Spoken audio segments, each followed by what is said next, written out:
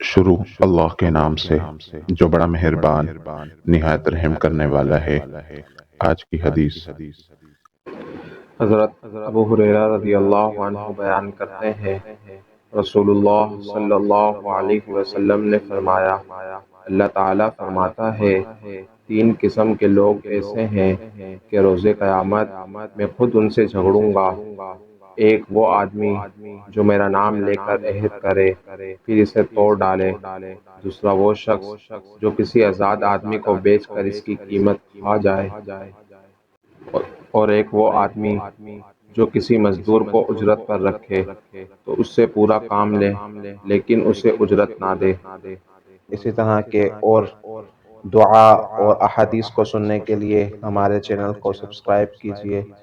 السلام علیکم ورحمۃ اللہ۔